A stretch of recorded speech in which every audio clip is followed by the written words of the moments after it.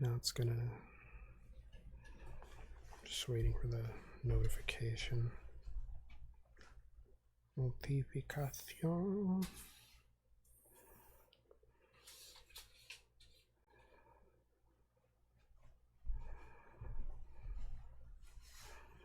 And there it is. There it is. All right. Hey. Any need to listen with headphones or anything? Nah, not really. All right. Well. Welcome. Hey, welcome. This was a long and arduous journey to get here because, well, Brian's router bricked. So we had to run over to the Staples. Third router. In 4 years. 4 years. We're on my third router, and they're all the same router. So it's a Netgear C3000. It's the $90 one that's in every single Staples, and they're always sold out of it. They had one available. And then they have all the big expensive ones. Yeah. Well, so basically, we were originally going to do this in 2 parts, where the first part was going to be just us chatting in a traditional podcast format, which is going to kind of be the new format where first half we just talk, then we take a break, we come back, Super Chat is on, and then you can ask us questions. But now, because we lost close to 2 hours just getting the internet working again, because after we got the router hooked up, or after Brian got the router hooked up, it didn't want to connect. We're just skipping right to the Super Chat because, frankly, anything that I would have to talk about or either of us would have to talk about would probably pale in comparison to what you want to talk about. So ask us questions. It doesn't even have to necessarily be Super Chat related. I mean, I want to go in and make sure that people feel heard whether they donate anything or not. So rock and roll, and welcome to RCR podcast number 38. Why is it called Rainforest Level? Because it's been raining for a week. That's true. It's all summer in a day by Bradbury. It's just raining all the time, and then hopefully at some point we get 1 day of sunshine this week. Italian Ice 678 says here's $10 for your next router. Here. Yeah, I don't know what's blowing up these routers. They brick and all the lights turn on immediately, and then there's a big red light right there, and you I don't know if it's surges coming through the Cat 5. I'm not Cat 5. The coaxial cable, or if the power strip I have doesn't have surge protection on it. I bought a pretty good power strip. Or if I need to get a UPS device. I don't know. Workforce 520, as I talk with Fiber One cookie in my mouth, says, perfect timing, just got lunch from screwing rental cars. What do you mean screwing rental cars? Like literally? You just, or are we talking about necrophilia? RDM 415. Savage Geese doing the demon video. Meaning, is Savage Geese doing a demon video? Or we already did a demon. Yeah. And future plans. I mean, Savage Geese does have an appearance in some future videos coming up that we shot in Chicago. So he appears. Unless RDM 415 is Savage Geese. No, that wouldn't be Savage Geese. It would say Savage Geese. Oh, Maxwell McComb, Nick, did you win your singing contest? Actually, yes, I did. Which is so, thank you. It was so weird. Okay, so I entered into this singing contest called Pophead's Idol on the subreddit for pop music. Because, you know, whatever. I'm unabashedly not ashamed about my weird taste in music. So it was 7 weeks of competition. Out of like 47 people who auditioned, they pick a top 12. 2 people with the lowest vote totals got sent home every week. And basically I just did normal stuff for like the first 2-3 weeks of the competition. And then I realized as I started getting to the end of it that I'm really not, like, I can't, you know, sort of hang with these people who are left. So I have to do something weird to be able to stand out. And so I started doing like this weird, you know, mashups and remixes and raps that I was throwing in that were just incredibly weird. And then my only goal was to get to top 6, but then I got to top 4 and I'm like, well, what if I could get to the end? And then and there was this girl that I really wanted to win that I'm like, if we both are in the end, like, I'm just not going to tweet anything about this singing contest because I think she deserves to win. Yeah. But then she got eliminated in the semifinals right before the finale. And I'm like, well, screw it. Now I'm going all out. I want to win this thing. Yeah. And so I ended up winning the thing. And now I get to release a single through the Popheads social media page. And so it's kind of a weird sort of thing where like I'm probably just going to use a single from the RCR album and put that out there just to get more like name or eyeballs on the or ears and eyeballs on the music and on the YouTube page. But yeah, it was a lot of fun doing that competition, 7 weeks long. And the thing is that I think part of it is that, you know, whether I like my singing voice most weeks or not, which I mean, I kind of don't sometimes, but it's kind of given me enough confidence to sort of not pursue music, but not be so reserved about sharing it with other people. So yeah. Ali, I think, is right that it is a sad day in the automotive world. R.I.P. Sergio Marchionne, and also the Ford GT designer. Oh gosh, what is his name? I feel so bad now that I don't remember. I don't know either. It'll come to me in a second. It's like Workforce 520 says, by the way, you turned me into a huge Weather Channel vaporware fan. I turned a coworker on it as well.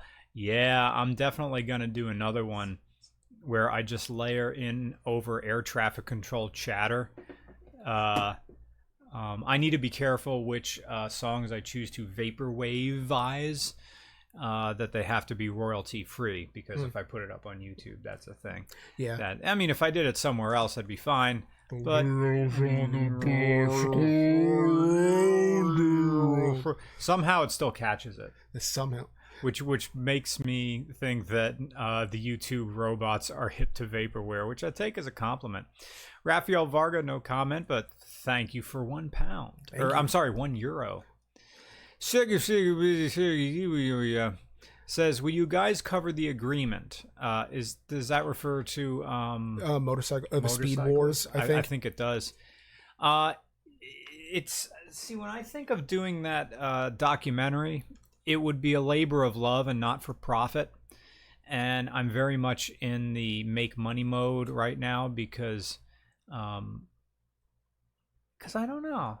Well, no, I do know. There is a figure I want to get in my savings account because I've been watching a lot of Dave Ramsey and figuring out I want this emergency fund to be there. So instead of just saving money, actually investing in money. Investing in companies. In the event YouTube goes under, I will have time to decide what sort of endeavor I want to get into. So jumping right in and doing a documentary, which doesn't even really appeal, which doesn't really appeal to car people, because not all car people are motorcycle people. So, and I think about how excited I was to see the Grand National documentary, and then I watched it and I was kind of went on long, and it was really for people who were really into Grand Nationals, and even for me, it wasn't really all that exciting because it was just a whole bunch of white guys talking about their youthful days and not talking about the car. And yes, I get it. That's what it's about. But I'm not part of your world, so I'm not part of your memory. I didn't exist in 1980. Well, yeah, I was live in 1986, but my entire world was the carpet and the one person in our church who had an Atari 2600. Yeah. So that was the world. And anyway, I wasn't even that far along. I was eating whole kidney beans and pennies and letting my mom find them in my diaper. Fun times. The second part of the question was, Roman, any plans for RCR stories regarding women/minorities who brought major contributions to cars? Very interested in a Michelle Moten story, Armadillos for Life. Actually, Michelle Moten was on my short list of subjects for this John Sanders. John Sanders. Oh, John Sanders.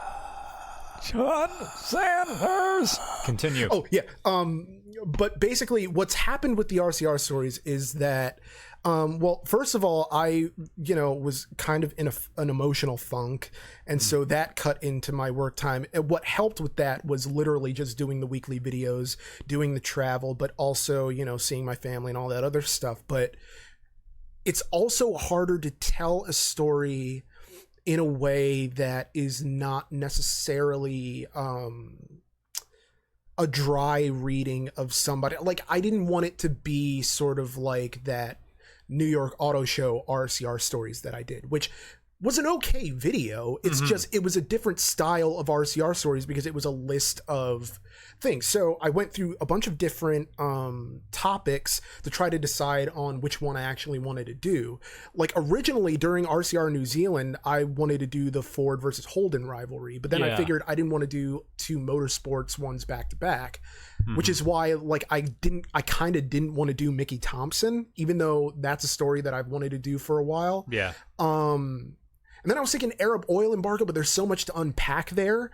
And just so that, like, there's something to direct people to so that we never have to bring it up again. Because it's kind of the watershed moment of everything before the oil embargo and everything after.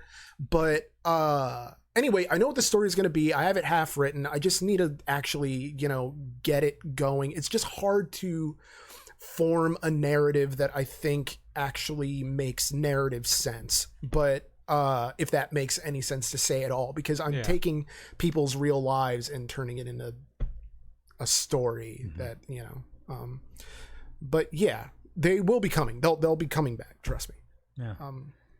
Yeah. Workforce 520 again. Oh, and by the way, we skipped one up. $5 to hear my name spoken in sultry tones. Oh, did we say it? Well, I did that when I was all up on the mic. Oh, that's what that was. I have no idea. The guy who was talking about Savage Geese earlier said, am I going to voice over a demon video? And I didn't know I was. I mean, I'm open to just throw down something for Mark because Mark's a good guy and helped us out. Workforce 520 asks, RCR story on Preston Tucker and the Tucker automobile. What could we say about Tucker that Jay Leno already hasn't? He owns like 2 or 3. Well, these were the days and something pre-war, and during the consolidation in 1950s, Tucker just went away. Well, it's also a matter of getting rights-free photos, because my thing when I'm writing an RCR story, I have to make sure that I have at least, 4 or 5 pictures, even if I have to pull a Dateline NBC and keep using the same 5 photos of, like, the victim, and then we're zooming in and now we're cropping in. But it's because realistically I can make the fair use argument, but that's not a hill I feel like dying on. So that's a good line. Yeah, I would rather just avoid that thing altogether. Also, there was somebody earlier who asked a question for me that outside of the super chat that was literally just, what are some questions you should never ask on a first date? And the first one that popped into my mind was, do you have any pictures of your mother so I can get some kind of idea of what I'm getting into like 20 years from now? Like, yeah, it's just going to be a spoiler alert, but still. So yeah, never ask about, don't ask about mothers, don't ask about exes, don't ask about... what video games do you like?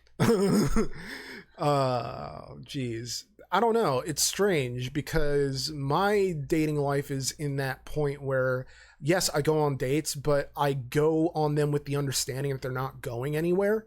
I do it just to do it. So yeah. Oh, and also You're to getting cactus compliments on your shirt. Yeah, I got it from Boscov's. Really? That was at Boscov's? It was a $9 shirt. Okay, so I got 3 shirts from Boscov's before Chicago. That I got a Mustang shirt, a Ford shirt, and this Pontiac shirt.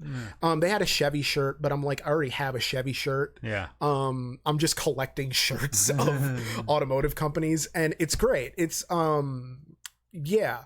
I was going to wear it on one of the days of the shooting, but then I got violently ill while in Chicago. Oh, well, on the last shooting day in Chicago, I got food poisoning. And so I was in the hotel room the entire day, just either puking my guts out or having it come out the other side. And yeah, loads of fun. But these guys took great care of me.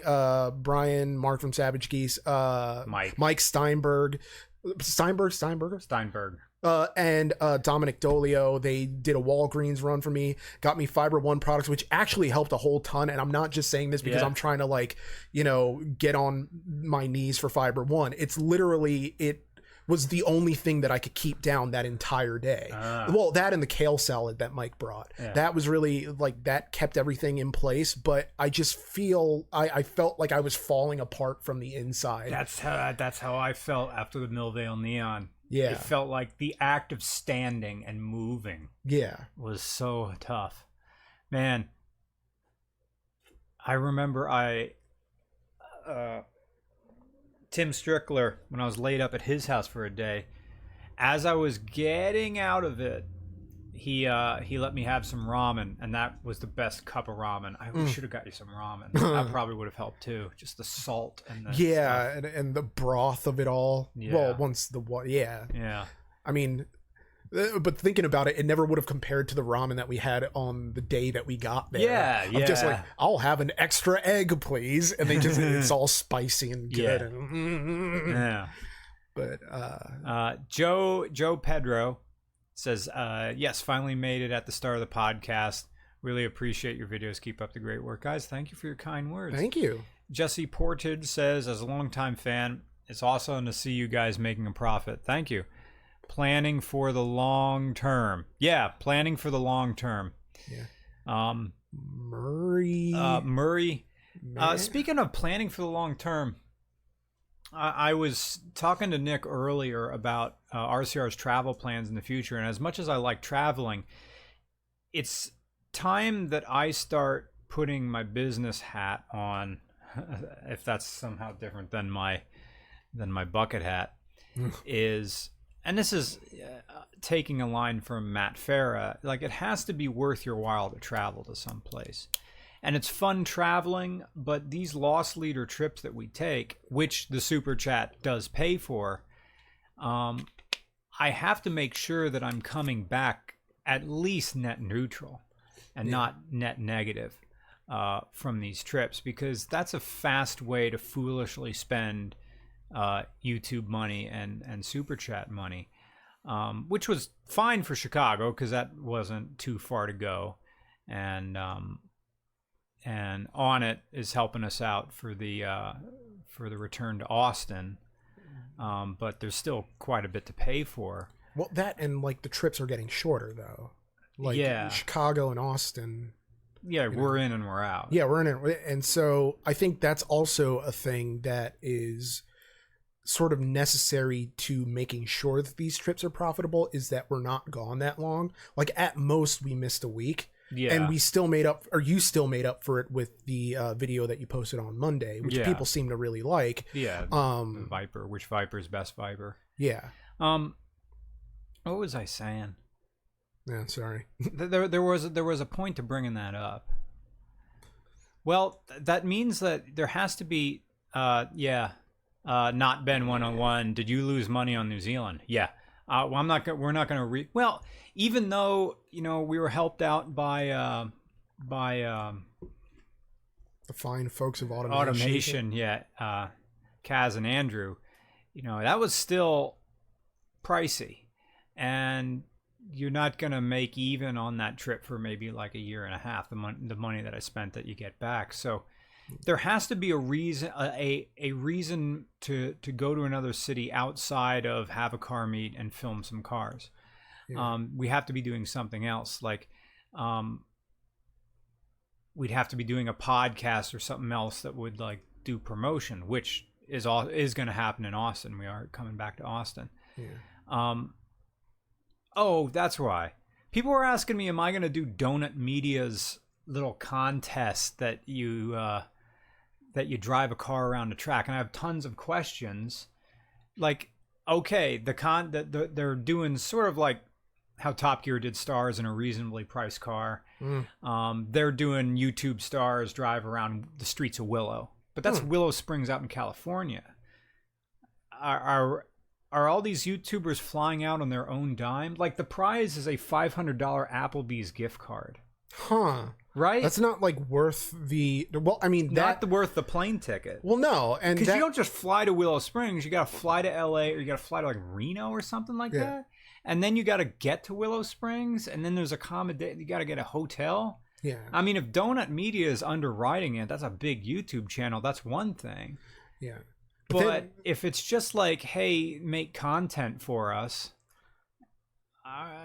Yeah. And then you got to actually, if you win, continually go to Applebee's to justify having the gift card. Right. And then that increased the risk that you run into just the guy I'm calling the quest giver. Like the magician with the exclamation point jacket who goes table to table. And as he's walking around, you're just praying he doesn't stop at your table. Just like, I don't want tableside magic. I just want tableside guac. I know. Oh, shit. Guac. Now I'm thinking of guac.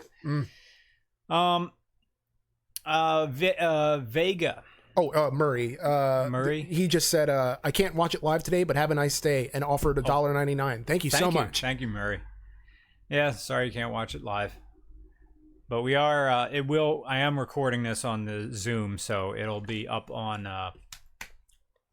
Shout Engine and iTunes after this. Yes. Will you ever come to Minnesota? I love it here. I'd love to hear the RCR take on rat rods, considering I got a 77 Cadillac rat rod. Nice. Will I ever come to Minnesota? Life is long, and if we can make it happen, we'll make it happen. Yeah, the bucket list thing is still all 50 states. Yeah. Uncle Pat says, hey there. I just brought a 99 Honda Rebel as a first bike. Good choice. Do you think that's a good starter bike? Yes, I do. And have any riding tips? Keep your eyes on the horizon. Always brake with both brakes, but favor the front. With a Honda Rebel, your braking is limited because of that mechanical drum in the back and the small disc in the front. But also that is a light motorcycle. You still will be doing downshiftting to assist in stops. It's always a good thing to do that. Don't ride the clutch. Don't rock back and forth on the clutch at the stoplight. Same basic car stuff. Everybody out there is trying to kill you.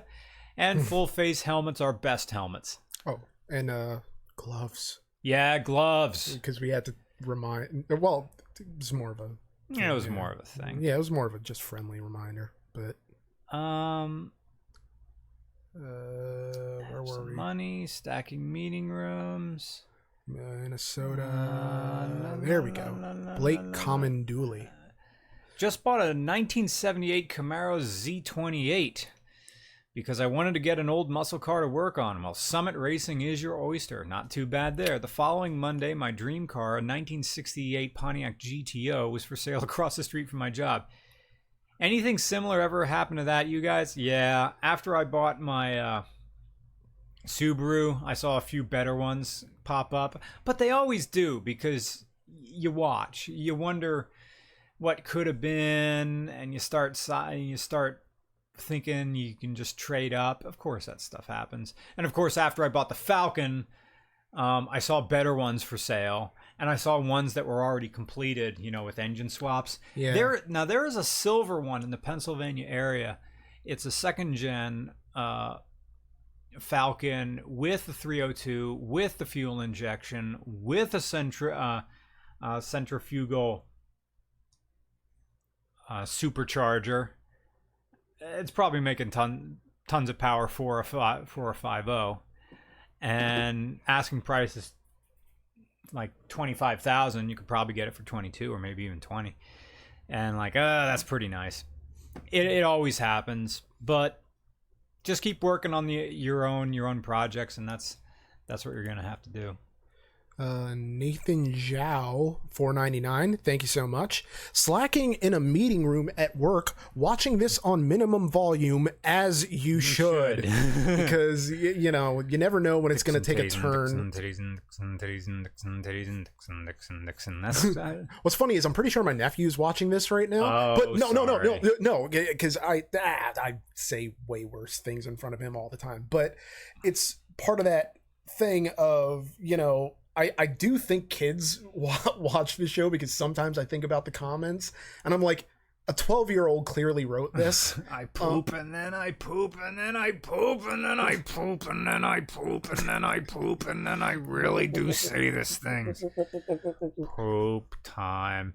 When I got to Chrysler Nationals, like a preteen, I can't gauge ages anymore. Yeah, no, but I can't. Seriously, he looked like a middle school student. Said the first thing he says to me is, "Which Mopar is best Mopar?"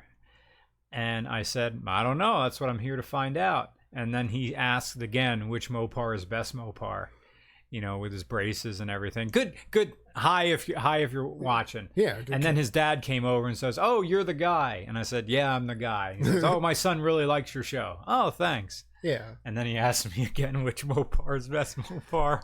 And I said, "Well, we'll figure it out today, won't we?" But I'm here doing Vipers. I mean, I like the idea that on the one hand, the show isn't really safe for kids, but on the other hand, they might, pick something up. It might, as strange and daunting as this sounds, because I've actually had people say like, "Hey, I want to pursue, literature or English in college because of you guys," or that type of thing. Or like at the meet in Chicago when the guy came up to us, and I don't know if he had you sign it too, but a copy of a Farewell to Arms. Yes. And another one had a copy of Dubliners. That shit! signed. I don't remember that unless I did, and I don't remember. Well, it was Dubliners paired with Portrait of the Artist as a Young Man. It was one of those collections. Yeah. So, I mean, like, I didn't write the thing, but whatever, I'll sign it. Yeah. Like, I'll sign anything. But yeah, it was just kind of an interesting thing where you hope that maybe you're communicating some level of literacy to people so that even if they're learning sort of a dirty thing, they're at least, learning literacy in some weird fashion. Weird as that is to say. Michael Weaver. Oh, I'm sorry. Cactus Catastrophe just says, "Have some money." Thanks, man. Hey. Michael Weaver says, "When will you all come to Richmond, Virginia?" Nick goes there all the time. I have an 05 Cadillac DeVille you should review. There's nothing that's like a more reasonable kind of weekend trip is just driving to Richmond and doing stuff there. You were at Katie's Cars and Coffee, right? Yeah. And I was also at that was more of a personal thing. I went swing dancing down there, and I went to visit my friend Kat and to go see her horses. And then like I had gone down there with the intention of filming a horse review, and it was too hot to actually do anything with the horses. So I don't know, maybe in the fall, because I try to see her like every 5-6 months when I have the time. Because she's a really good friend and I like visiting her. Like, I love Richmond. Like, it's a beautiful city. It's a beautiful town. Like, especially the Carytown area, I kind of think of it as a bigger, sort of cuter version of Kutztown. Okay. Like, it's just a very long main street. It has a movie theater. It has a bunch of like really nice shops and eateries. And this one place that she took me to is where I kind of learned a love for Brussels sprouts. Because I honestly had never had them before. And then after that, I'm like, why is this considered the, bottom feeder of vegetables? Yeah. It's just delicious. It's fantastic. Yeah. Roasted, Brussels sprouts are where it's at. Yeah. Yuma with 200 yen. Thank you. Thank you. Workforce 520 again says, "I have food poisoning 3 times. It felt like that. It feels like death." Yeah. John Sanders said, "This is my real question. Would a Mark IV or Mark V Golf Rabbit be a bad idea for learning manual?" No. And learning how to wrench? Maybe. Because you're dealing with Volkswagen parts, and while they are plentiful and the forums do exist, your Toyotas and Hondas will be cheaper when it comes to the parts department. Looking into a turbo or VR6. Oh boy, VR6. So I can keep up with my sister's Elantra? That's something new. I need something to keep up with a Hyundai Elantra. Well, yeah. Well, maybe it's a V6 Elantra. It may actually move, but Learning to wrench, I'd stay away from forced induction. Like, geez, learning to wrench, again, Japanese. It's gonna be way easier. You're only gonna need one socket. Well, you're gonna have to go buy 2 sockets, both 10 millimeter, and one for when you lose the main one. Yeah, that's really all you need. Mark IV, it's better than certainly British or more expensive German cars. There are certainly worse. You can make it work as long as you plan and lurk more on the forums. Yeah. Dustin Bryce says, any chance in hell that RCR would make a trip to Nashville? See, I have to come back to Nashville because that's where I bought the Falcon. Yep. So, yes, I will come to Nashville. When are you coming to Nashville? I don't know, when the Falcon is better. Which is going in to get worked on at Bruce's next week. Yeah, I'm sorry, I have to go back. Yeah. I promise there's no shortage of regular automotive gems around here, as there were when I was there. You're more than welcome to have a go with my 2008 STI. Oh, we already did an STI. Yeah, I remember because of all the different puns we made on what STI could stand for. Yeah. But, yeah. JSB225 says, hey, guys, I've got to go to my job at Target, though. Stay strong, brother. And sell old people electronics they don't understand. Oh, hey, boy. Do you think the Firebird or Camaro will be worth more in the future? You mean modern ones? They're making it's hard to tell right now. Your higher end ones, yes. You know, old Firebirds or Camaros, you have to really go back to the early 70s is where the money is at. And then some 80s ones, you have your IROCs and stuff like that. In the 90s, you have your WS6s, but even then, all of them are tuned and blown out. They're not buy and holds because the cost to maintain some of these special editions, or every guy who makes a Bumblebee Camaro. That's my thing that I'm wondering about in 30 years, because Bumblebee was a Camaro. Is it going to appreciate in value? Like, those movies aren't classics or anything. No. And now they released at San Diego Comic-Con the trailer for the Bumblebee spinoff, where he's the original, like, you know, bug that he was in originally in the cartoons. Yeah, in the cartoons. Well, did you say all you wanted on that question? Yeah. Because real quick, Roddy Gonzalez, you've asked a few times outside of Super Chat, but how do you deal with loved ones who don't really respect your taste in cars or a car you want? And to that I ask, are they paying for it? Because if they're not, then they don't get to have a say in what you drive or why. You know, if you want to pay my car insurance, or if you want to buy me a car, then yes, please, let's discuss this. But ultimately, at the end of the day, they don't have to respect your they don't have to like your choices. They have to respect your choices as long as they're yours and you're old enough to make them, and financially you're making them yourself. Because there's a lot of things about like you can't live your life for other people. That's the one thing that I've kind of learned after a while of, it's almost in a Fences kind of way, with August Wilson, of you can't go through life worrying whether people like you. You have to go through life making sure that they're doing right by you. And so, you know, you don't worry whether anybody likes your choice or respects your choice in cars. Or rephrase. Who cares if anyone likes your choice in Cadence. Cars? Just respect it. That's all. So, yeah. Party Pat. What do y'all think about passing of Sergio Macron? We talked a little bit about it. Chrysler gonna keep playing with someone else at the helm. Well, someone has to take. Someone has to. And here's the thing: with the passing of Christopher Svensson, I believe it's Svensson. Please correct me in the chat if I'm wrong. Who is the director of the GT at Ford? He passed away, and at the age of 53 due to cancer. Sergio Marchionne passed away.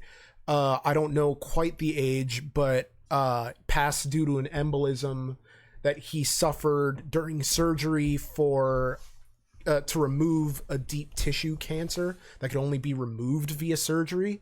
Ultimately, cancer can go to hell. But more importantly, I worry that these types of things come in threes. So I'm worried about my boy Lee Iacocca.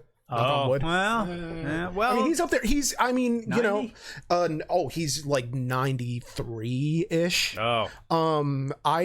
He's coasting. I have so much respect for that guy, and it's going to be a sad day when he goes. But it's also, with the passing of Marcion, I feel like there's going to be a power vacuum at Chrysler in a way. Or it's just...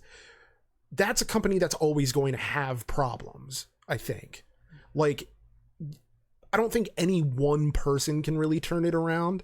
Like, I don't even think Lee Iacocca in his prime can necessarily have fixed the modern Chrysler. Yeah.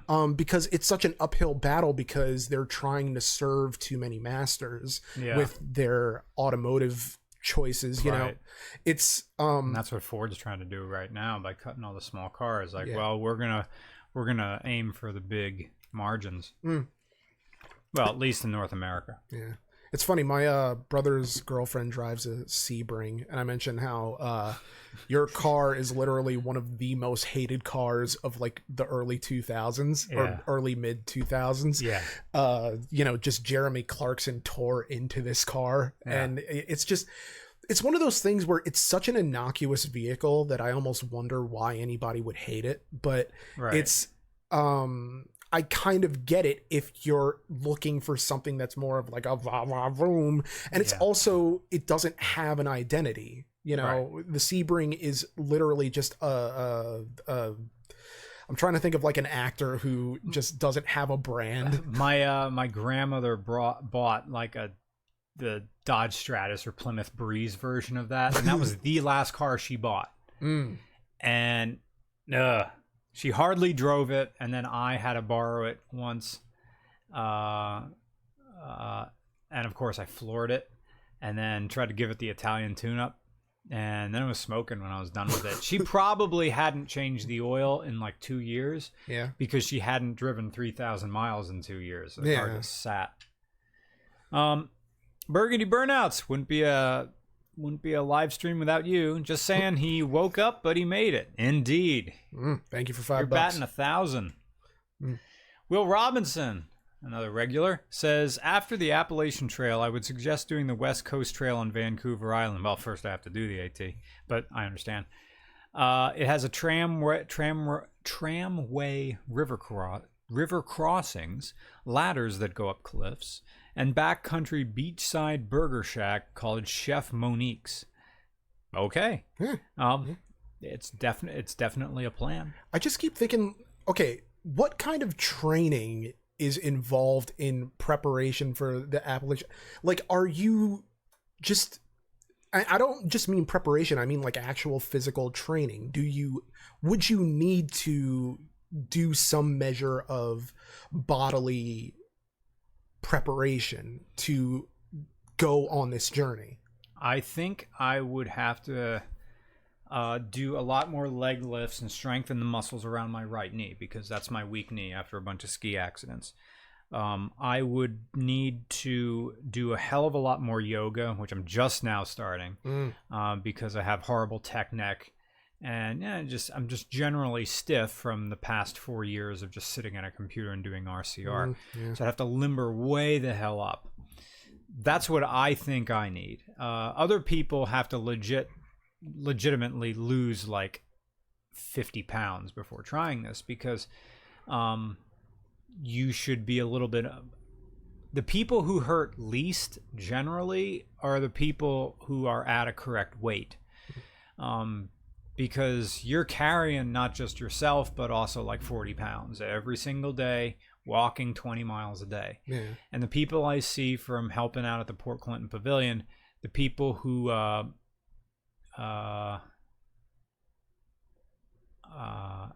get hurt the most are the people who are overweight. Usually knee problems, foot problems, something.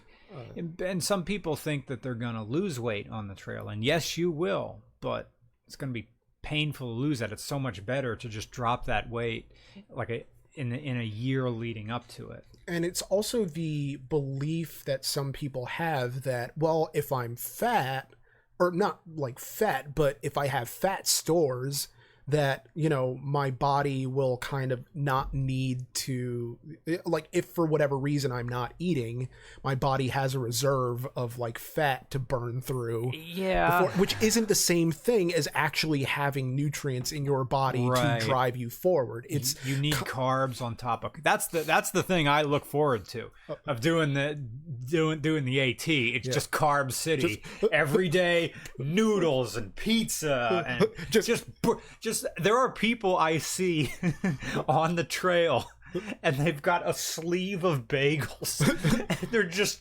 eating them, not even bother slicing them with their knife. Yeah. They're just chomping down on this thing. Man, I've never thought of doing that before. Mayonnaise on them. Like, I didn't know that mayonnaise is a thing. Like the little packets of mayonnaise you go into like gas stations and stuff. They just grab a whole handful of them and just put mayo on bread and just eat it. Just get like a small tub of peanut butter, slather it between two Pop-Tarts. Yeah. And just like, Ivy Tat was there making ramen and just dumping Fritos into it. Yeah, just carb loading like a mother, and it's all almost comes in, all goes out. No carb left behind. Yeah, it's almost like you're eating for two, you know, while you're out there. But that kind of makes me wonder: have you ever tried post-workout? No. All right, because I was kind of... I mean, I'll drink a protein shake afterwards. Yeah, that's kind of what I've been doing, and I don't know if it really has the same effect. I've never done pre-workout, and so I know that it kind of like gets you amped. It's mostly just a shit ton of caffeine. Yeah. And vitamins. What's in it? Ingredients. Medium chain triglycerides. But I'm just kind of... I don't know, unsure of if it's something I really want to try. Pre-workout. Yeah. Just because I don't know. Jesse Podge. Oh, Poage. 5 years ago, someone sent me a link to a car review with poop jokes. Now I'm almost done with Sister Carrie. Very nice. Thank you. With East of Eden ready on my dresser. Those are like my two favorite novels of all time. You're doing right well by literature, Jesse. Thank you. Yes, you're here. Titan Ravenscar says Fiat 500 Abarth is a 2-hour commuter car. Nah. I mean, Justin Lose has one. He likes it. Go, no go. Well, Fiat 500 Abarth as a commuter car, you're putting 93 octane in it. Unless you're having a nice job where you don't mind filling up with premium every single day, then fine. What makes a good commuter car? Cheap on top of cheap. And don't care if people sideswipe you. If you're street parking it and someone hits it, you know, puts a dent in it, you don't care. A good commuter car is a reliable beater. Yeah. I'd say no go with that. I'd say, you know, a really nice Ford Focus with a stick shift is a nice commuter car. The ultimate, buying like a $900 Toyota Tercel that has nothing wrong with it. Yeah. Toyota Tercel. Dustin Bruce. This is just for the Park Avenue. Brought back some wonderful awkward teenage moments. I know. Oh, I used to drive so fast because I needed to be exceptional and I needed to be better. Yeah. And I'm not exactly sure. That was like the emotion in high school. Like I saw the people who I had a feeling were at the top of the totem pole, and I just tried to act like them. Yeah. Like, well, if I'll be up there, then I'll get all the good things. But I wasn't sure what they were. Like, people will be nicer to me because they're nicer to them, but they're not nicer to me. And if I can act like the people who are popular, who everybody's nice to and says hello to and seems to be happy when they walk into the classroom, I want that. What do I have to do to be that? And of course, I was asking the wrong questions. It's you have to be a good person instead of trying to emulate worth. I should have just been worthwhile. Ooh, that's a good line. Yeah? Yeah. Instead of trying to emulate worth, just be worthwhile. Yeah. Ajanosi, Canadian, $5. Thank you so much. Greetings from Southern Ontario. hopefully we can see you guys here someday around the GTA region. I guess, does that mean Greater Toronto area? Sounds like it. And it did that thing where you go down. I'll fix it, he said. Oh, there we go. Keep doing what you're doing. Love the show. Thank you so much. Michael Weaver, $5. I didn't say this the first time because I was too excited, but I really love what y'all do. Please keep up the consistently good work. Thank you much. Faux Daddy. Where'd it go? There it goes. $5. Faux Daddy, $5. If you make it to Richmond, Virginia, I have a 1974 Triumph TR6 and a 2016 Mustang GT. Also, parking in Carytown is ridiculous most of the time. That is absolutely true. I forget where me and Kat park typically. I mean, this past time that we went, we actually did get parking on the street there, but for the most part, we're going around to adjacent neighborhoods, parking, and then just walking over because it's a nightmare of just... I don't know. It's very narrow and crammed in, and yeah, it is what it is. Ben Vaughn, any thoughts on doing an episode at the Elegance at the Hershey Hill Climb? They have like a Concourse d'Elegance at the Hershey Hill Climb. Yeah, if I could get away with being gross, because there's nothing quite as satisfying as at least in your head, acting like Belushi in Blues Brothers, How Much for Your Wife? You know, that sort of thing when everybody's standing around with their fucking Bugattis. I have this dumb idea of going to one of those things.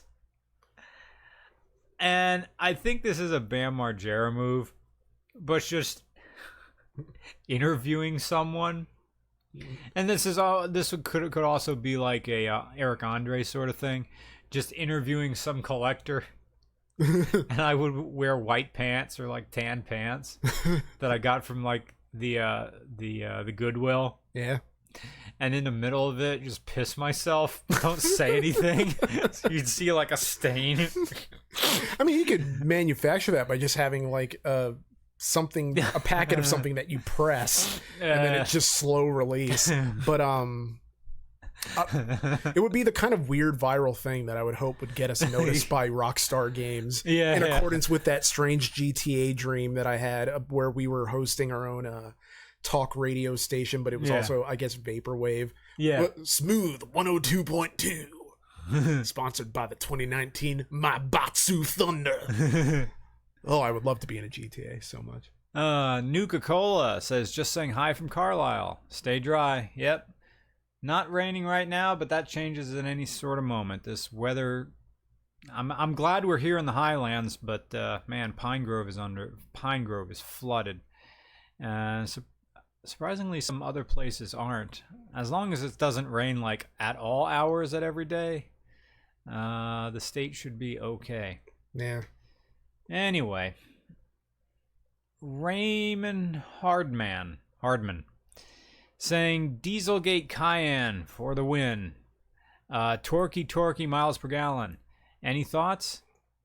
I think I used the Cayenne. I think it was Monica and Nuggets had a diesel Cayenne that was the camera car for RCR Austin the first time at Harris Hill Raceway.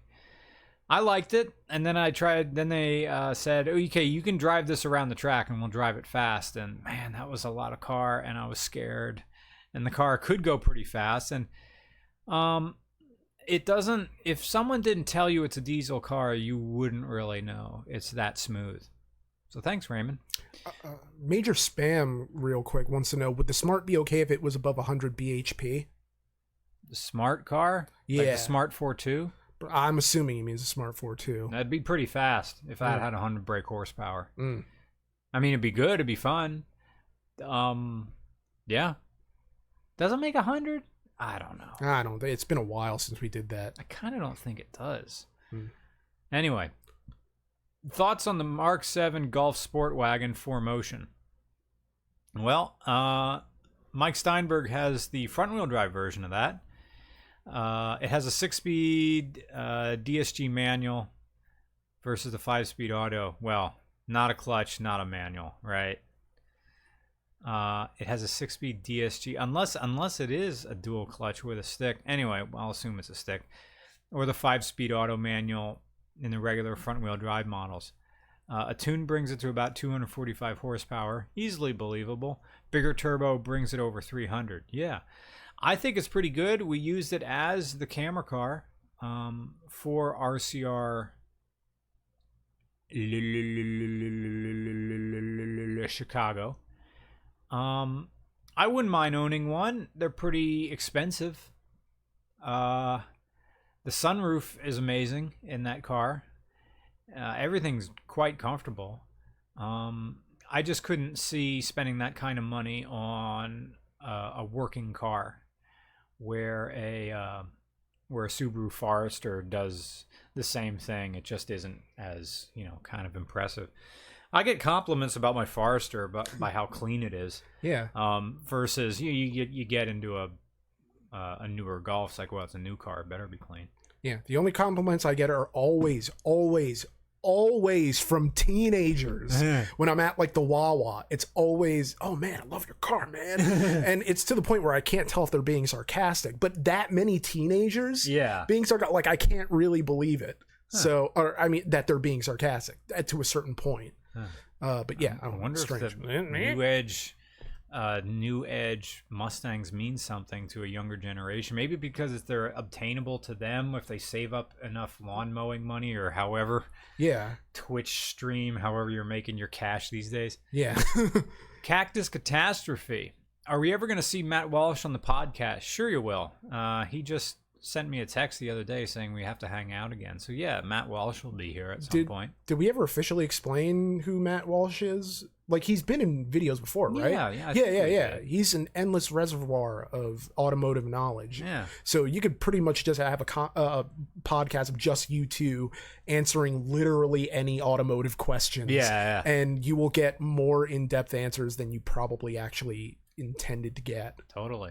Not Ben 101 says opinion on a Cadillac ATS. I worked my entire life here at the Dollar General. I made manager. I need to have something good in my life. God damn it. I'm going to lease my way to a better life. Leasing my way to a better life. I don't know. Going to go to a wedding reception and break up the scarred tissue in his knees when they start playing the electric slide. Yeesh. Leasing my way to a better life. That's not Ben 101. That's my thoughts of the Cadillac ATS. Adric Johnson says Princess Peach or Daisy. See, we're from an age when that wasn't a question. It was just the princess. Yeah. Well, she was Princess Toadstool, and then Daisy, like, she was introduced. Who are these people? I know it's Mario, but I don't know. Okay, so I don't know how Princess Peach and Daisy are related. I think they're cousins, I want to say, but I think Daisy was introduced in one of the Game Boy games, and I'm a Daisy guy, if we're being honest, just because I think, after a certain point, I don't know. Like, there's something about Princess Peach that I just didn't like, and I think it's part of a residual childhood thing of she was the worst character in Mario 2 to play as. It's of just, you get the pick between Mario, Luigi, the princess, and Toad, and it's just kind of a strange, like, why would you ever pick the princess? It's just, I mean, yay, empowerment and not being kidnapped for once, but it's just kind of, I don't know. Not really for me. That, and I guess, Daisy was a better character to play as in Mario Kart Double Dash. So, all right, there. Let's just go with that being the reason. Yeah. Randall Abernathy. Abernathy. Yep. Abernathy. Thank you. How do you guys feel about the Dodge Charger? Well, what year? I've only seen one review, and when you all come back to Nashville, you can ride on my Mopar 11. Well, okay, it's a 4-door car, and it's is that still an E-Class? Mercedes E-Class platform? Yes, you can get the Scat Pack. You can have a very fast 4-door. I still would rather have a Chevy SS. Yeah. Yes, they're fast. But gosh darn it, that interior. It's maybe it's because I'm older now and I'm interested in stuff called resale value. Yes, it's bargain horsepower. Now, if you can look at it as that, it's bargain horsepower, then fine. Great. Have your burnouts, have a lot of fun. But it's just Dodges just rust the hell out in Pennsylvania. You see these old trucks, they don't hold their value. And, back to the 70s, well, Mopar was Mopar, no car. But they have their fans, and definitely at Chrysler Nationals, there's people who know how to work on those things. It just doesn't do it for me. Not even the Challenger, really. Yeah. And Brian Rowland. No question, but $5. Thank you. So in about an hour, I have to go get kicked at kickboxing class, or MMA, or Muay Thai, or whatever we're doing tonight. Yeah. Dante's class. And so that's what we're going to do. We'll probably keep this up for like another half an hour or something like that. It's the Costanza asks, what's the worst 80s car in history? I mean, I could say Lagonda, unless that was the 70s. Worst. What is the worst and what is the best? And like what is the favorite and what did you hate? Let's all go to the extremes of the rule, or I live my life on the edge. The worst 80s car.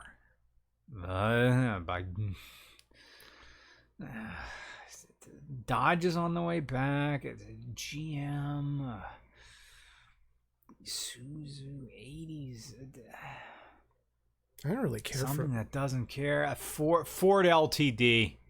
There we go. The Ford LTD, not the Crown Victoria one. They made an LTD that's a Fox body.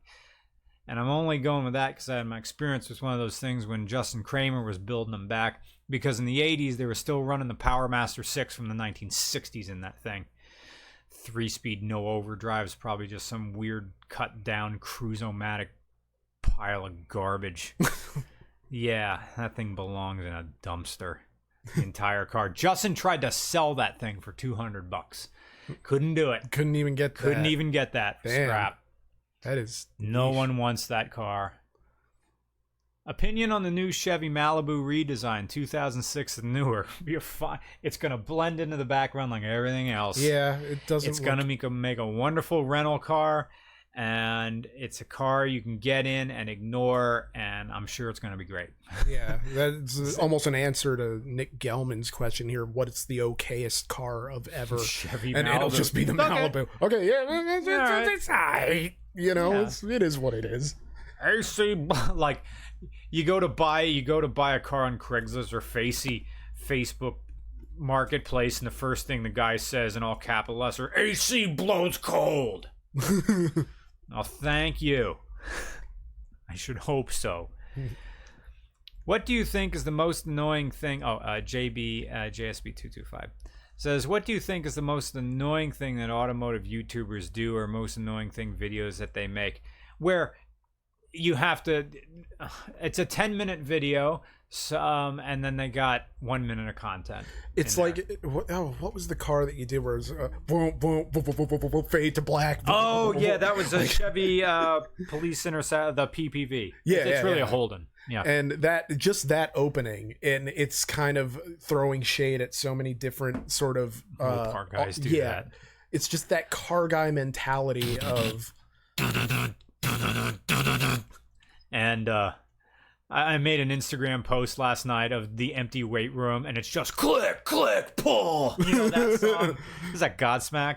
I think it's Saliva. All right, I want to say that song. Yeah. Yes, You're loading a gun and committing murder. Yes. All right. Silly Skunk, 2 pounds, says, what to look out for on a 100,000-mile 05 Celica? It's fine. Rust, really. 100,000 miles on a Celica isn't a problem. You're going to get underneath and look for oil leaks. I don't know if they were running timing belts or timing chains. Take it to a dealer like a Bruce Henn type character and pay the $30 or $40 for the pre-purchase inspection, and they'll know what to look for. What to look out for? Honestly, like stuff that will be a pain in the ass to fix. The seat ripping. I know that sounds like not a big deal. I just put a seat cover on it. But fabric ripping on the seat, yeah, that's honestly what I'd look out for. Mechanical stuff can be fixed, but stuff where you have to go to an automotive upholsterer to fix, that's what I'd look for. I know that sounds weird.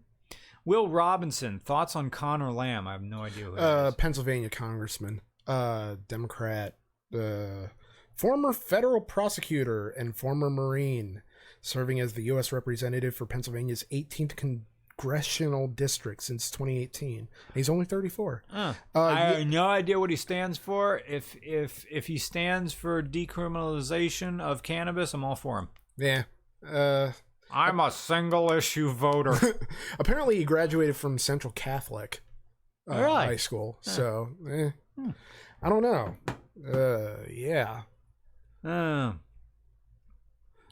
It's kind of a... We're going to have a very big video coming out on Monday that I'll have to think of some sort of hint that I can have on Twitter that's going to make it interesting to guess what it is going to be. It's definitely relevant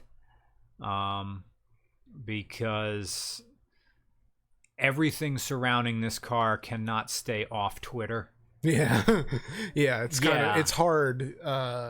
It's zeitgeisty in a very strange blank. The official car of Stop Posting. Yeah. I think that's when it's going to be. Yeah. I liked it.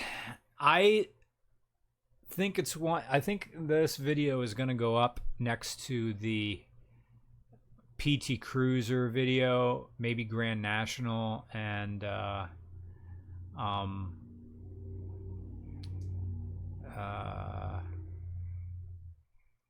what's another very comprehensive one? Maybe Honda Civic EH2 is one of the best videos we've ever done as legit journalism pieces. Yeah. And still be entertaining. It's not short. I think it's clocking in about 15 minutes, but there's a lot to talk about. Yeah, it's kind of a dissection of a lot of the different things that... Oh, God, you can't even say anything about it without giving it away. Giving it away, yeah, no, but it's a dissection, and hopefully people enjoy it. I know that a lot of the more insightful parts, I mean, it's part of a larger narrative that you design, and I was kind of writing around that. So, but it's nice to kind of go back to something that isn't that has a more insightful thing to say than just, you know, this car is good, this car is shit, whatever. More 90s Honda nostalgia, please. I think we have an 89 Honda, which is going to be close. You'll get it. It's very nostalgic, especially when they were doing a lot of technology way too soon, which I love when Honda does that. Honda, I think, was more of an innovator than Toyota was. Toyota was really good at just cheating. Womp womp. A Volkswagen Thing. There's a guy in my town who has a Volkswagen Thing. I had this one Lyft ride I did yesterday or a day before, but I think I'm saving that for Mr. Regular Journal, which I'm finally riding one again. It's just something to do at my parents' house. Yeah. It still didn't rain yet. It's going to. It'll come. Yeah. As it always does. Yeah, it's just generally misting out today.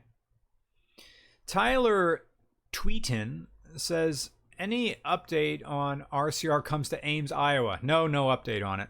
Also, getting your master's degree worth it? In English, not really. Unless you want to teach, it's not really. Unless there's a guaranteed pay grade, it's not worth it. If you want to take a few graduate classes, like one a semester, that's pretty nice. Just audit. I think, just audit it. You'll just learn the same. No one cares really about your degree. They care about the work you produce. Yeah. Update on RCR comes to Ames, Iowa. I think we would probably do it during the school year because it would be only right because there isn't much in Ames except for the university. So not to knock Ames, but you'd want to meet people. So and from what I understand, Iowa State is a bit of a suitcase school. So and it clears the hell out during summertime. So there's nothing weird. There's an eerie calmness, an almost Dawn of the Dead calmness of, Walking Dead calmness about a college town in the summertime. Or I'm sorry, like opening scene to 28 Days Later. There we go. Walking Dead calm still works because everybody's leaving that friggin' show, but still, $2 test from Von Waffensberg. Thank you. Your test passed. Yes. Is there any difference between Dodge Intrepid and the Stratus? Yeah, that's a different platform. The Stratus is smaller. Dodge Stratus, Plymouth Breeze, it's a smaller platform. Dodge Intrepid is a larger car. I am Connor, the android sent by CyberLife. Sorry, I'm watching Detroit Become Human on YouTube. Because I realize I don't have time in my life for the trial and error of video games. So I just watch the narrative. That and David Cage games generally aren't good as games. So I just watch them as like a show. And it's really compelling. MK Eisenfire's playthrough is really good.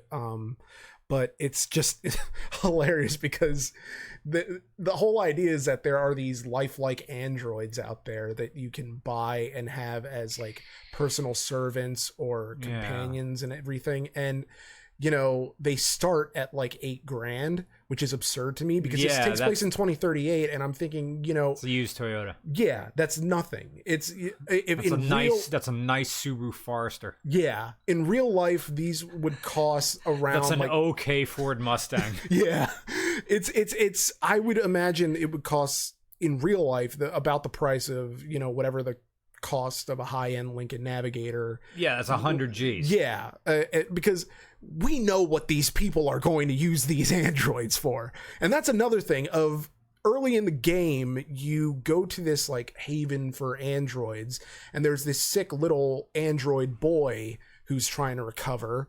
And I'm thinking, what responsible company would create a lifelike child android? Like, that just is an invitation to evil. It's just strange. It's, I don't know. It's a very compelling game. The story falls apart if you think about it for more than like 3 or 4 seconds, but it's fun for what it is and very compelling, and definitely David Cage's best story. Way better than Heavy Rain with the weird accents, even though it's supposed to take place in like Philadelphia, but everyone sounds Eastern European. Wow, like, weird. Babe, can I stay up for a little bit longer? Like it's too early for bed, Dade. It's just, I don't know. It sounds like a Russian guy that you owe money to. Yeah. That's my dad talking. Yeah. That's my dad's yip. Yip. It's just, I gotta get amped up to go get kicked in about an hour. And I'm going to try to gym for, again, because I'm slowly stepping up my cardio little by little to where it's not complete garbage. I'm down to 187.4. Congratulations. Thank you. Just, further proof that, I'm almost becoming, a cliche of the relationship advice subreddit of like, get your heart broken, hit the gym. Yeah. And that's kind of, but it helps. And so, Yeah. you know, it's a great thing of just sort of, I don't like eating, so I just do the protein thing, the shakes, so I can just get on with my day. Yeah. And then I'll just have kind of a sensible dinner. So hopefully this will pay off at some point to where I'm not, you know, sucking wind when I have to run to catch a flight because the gate's gonna close or something. Yeah, that was bizarre, running between the two terminals in the rain in New Zealand. Yeah. Well, I had a grand old time doing that. Well, I mean, I am focused. I am running in New Zealand to catch a plane. Yeah. Air goes in, supplies oxygen to leg muscles. Muscles move. I plow forward. And then, of course, we wait for an hour. Yeah. Once we got there, it was just, you know, children and just... How would that be for a superpower? To know when the plane is delayed. Like this, a day ahead of time. This plane will leave at this. It will board at this time. Oh, okay. Yeah. And have that little gauge go down of time. Claudio mentions swimming is a nice exercise and great with that heat, and it really, really is. I have a pool membership. I just haven't been able to go because the pool hasn't been open because it's been raining every single day this week.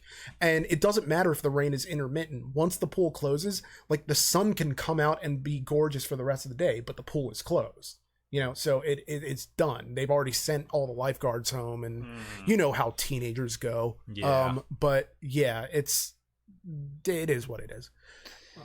I think we're going to start wrapping this up unless anybody has any last minute questions. I want to try to find out how to change the name on this router so I can screw it up again, because I don't like it saying what it is. It has to have a custom name. Yeah. Tell my Wi-Fi love her. Oh, No, shit, I that's didn't. good. I didn't come up with that, but I'm still. gonna use the old name. Yeah. I don't want it to just say Netgear. Yeah. Well, I mean that, and there's already like 4 other Netgears on that list of. We're getting everybody in the neighborhood. Yeah. Yawning on YouTube.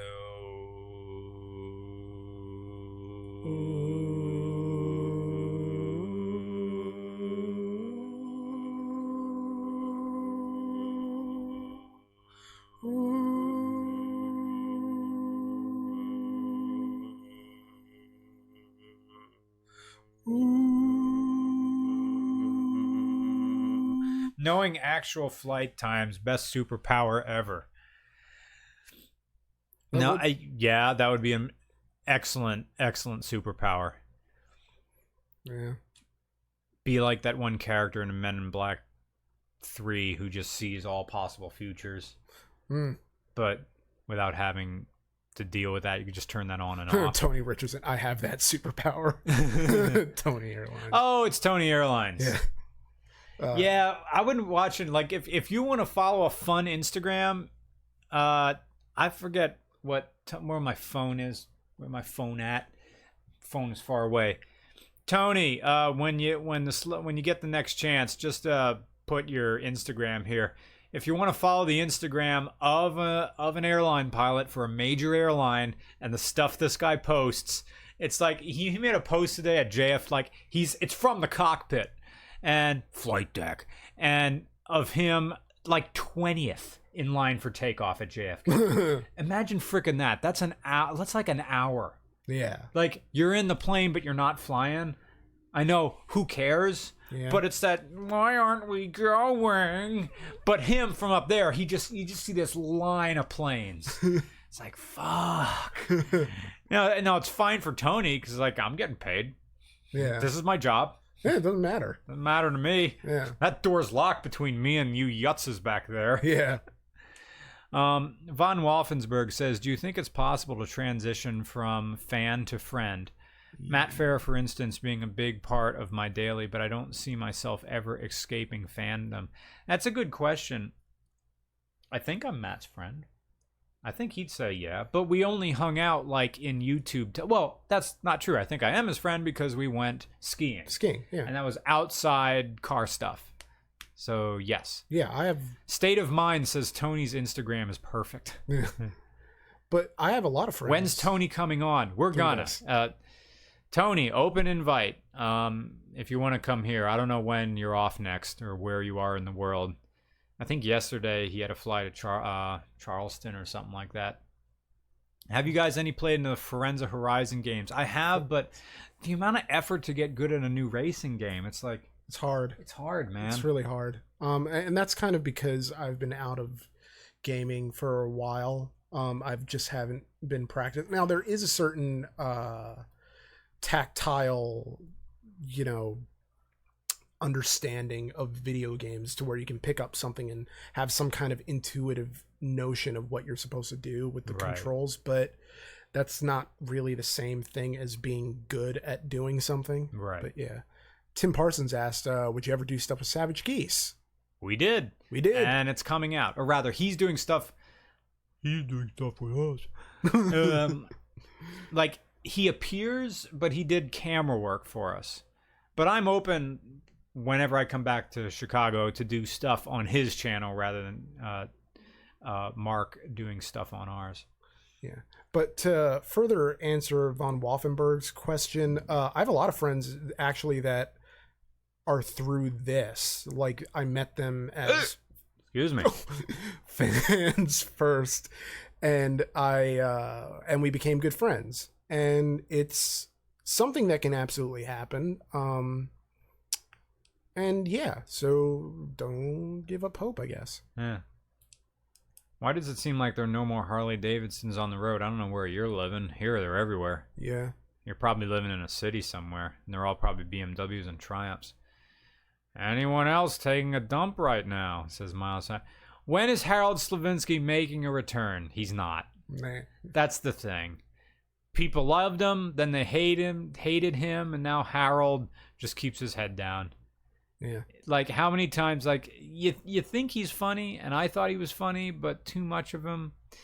I think Harold will only exist. He'll only play live gigs. It's like, I'll only do him in real life.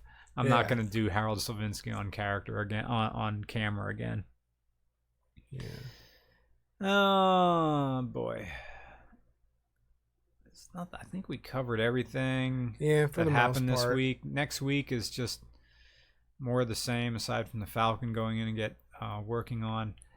And then this weekend's supposed to be nice, as in no rain. Oh, nice. Saturday, which means I'll take the motorcycle out. Wait, this coming Saturday? This coming Saturday. Oh, good, because that's not rain. That's when taking the kids to Hershey Park. So good. That'll be nice. I might. I was gonna say, like, I might do a video, but I don't even really think I could legally. But it's I don't know. It's Hershey Park. Like, what are you gonna do? Right. Hershey Park happy. Hershey Park lad.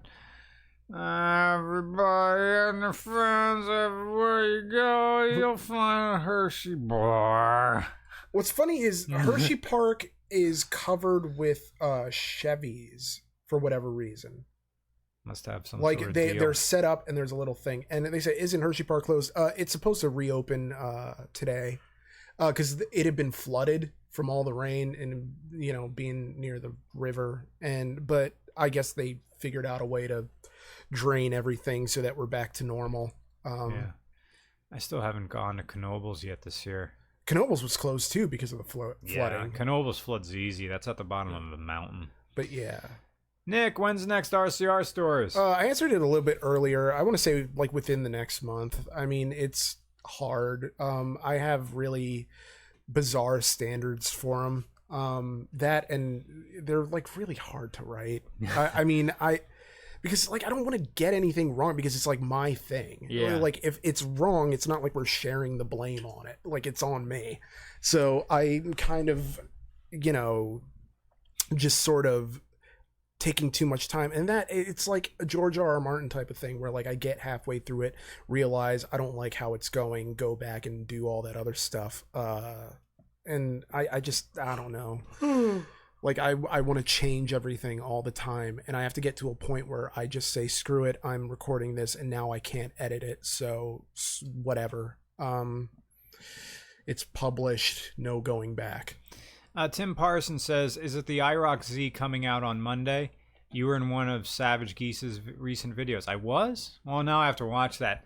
It's not the IROC Z, but if it's the same IROC Z that he did, that's pretty interesting. I wonder if they just went to Mark's house like a few days later and then he did it on his channel. You know what? I'm interested and I want to go look that up on YouTube right now. So that's a Hannibal Buress. Hannibal Buress, I think, doing his younger brother or cousin or something. Hey, Hannibal. I saw your videos on YouTube. Wasn't funny, man. Oh, well, I think you got anything else? No, I got nothing else. All right. I think that's a podcast. Okay. All right. Thank you so much for joining us for RCR podcast number 38. I'm going to go upload this to the Shout Engine page, and hopefully you guys will be able to download and enjoy it on the road. But until next time, I'm Nick. I'm Brian. Have a great week, everyone. Have a good week. Now I get to turn it off. Turn it off. Turn it off.